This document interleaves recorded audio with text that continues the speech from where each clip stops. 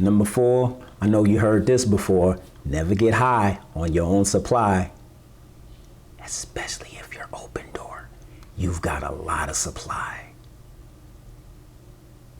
Hey, what's going on, everybody? Dietric Williams, realtor with Compass, Baldwin Hills, California. Welcome back to another edition of Info on the Go, the show where I give tips, tricks, and insight on how to buy, sell, or invest in real estate the easy way.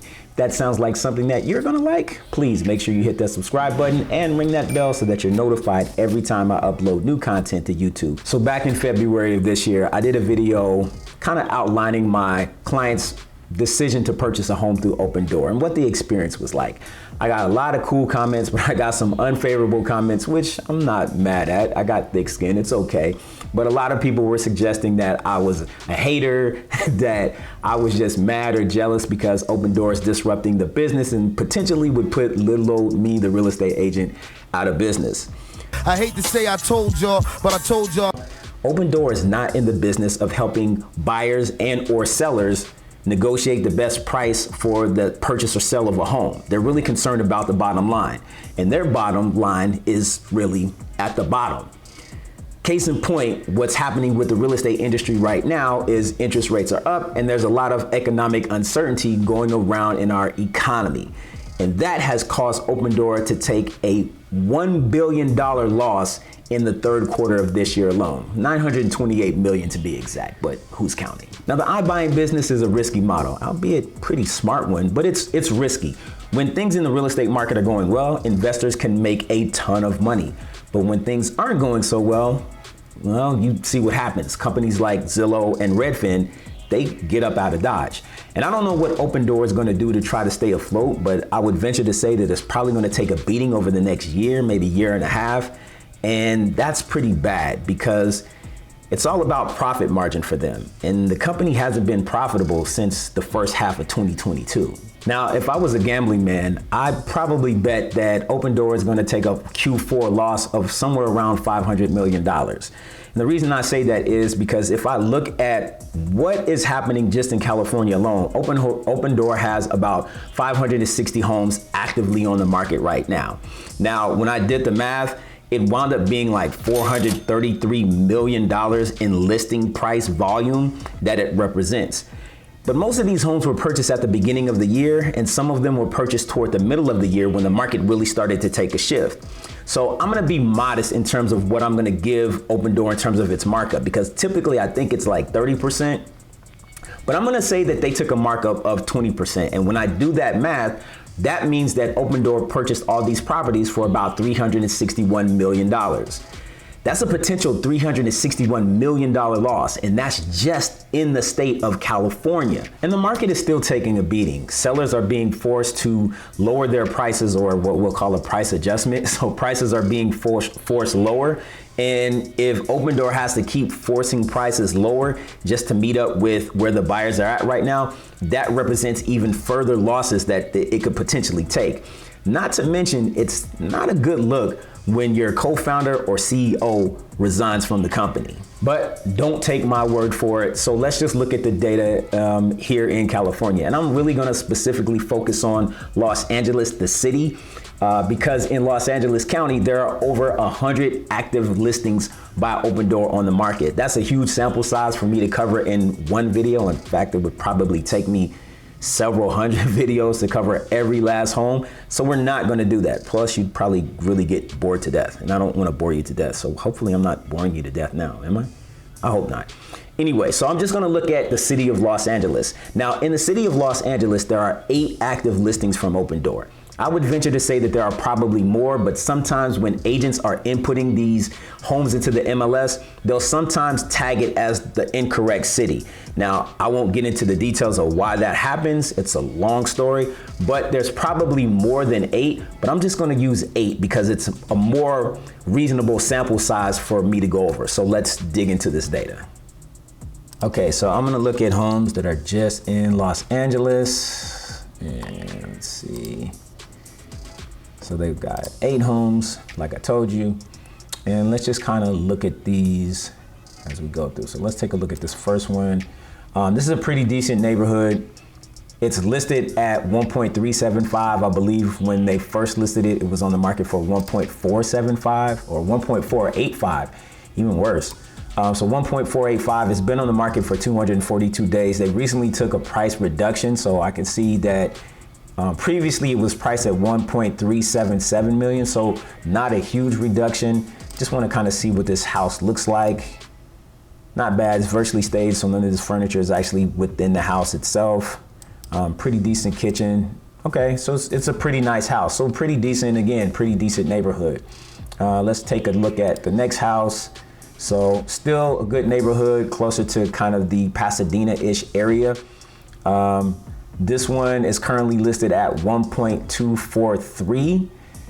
And they took a price reduction from 1.258. It's been on the market for 228 days, but it was originally listed for 1.411. So 1.4 is what they listed it at previously. And now they're down at 1.243. Let's look and see how much did they purchase this house for. All right, so they bought this house for 1.307. Okay, so about 1.3 million they purchased it at, and as you can see, they're selling it at a loss right now at 1.243. Let's take a look at the next one. So this one's been on the market for 233 days. Let me see what this one looks like. Okay, pretty good curb appeal. Probably want to cut the grass. This one's virtually staged as well. So again, you're not gonna find that furniture in there. Kitchen probably needs to be updated. They probably did put some fresh coats of paint in there. That's pretty much all Opendoor really will do. They're not gonna do a lot. Again, it's in a really good neighborhood.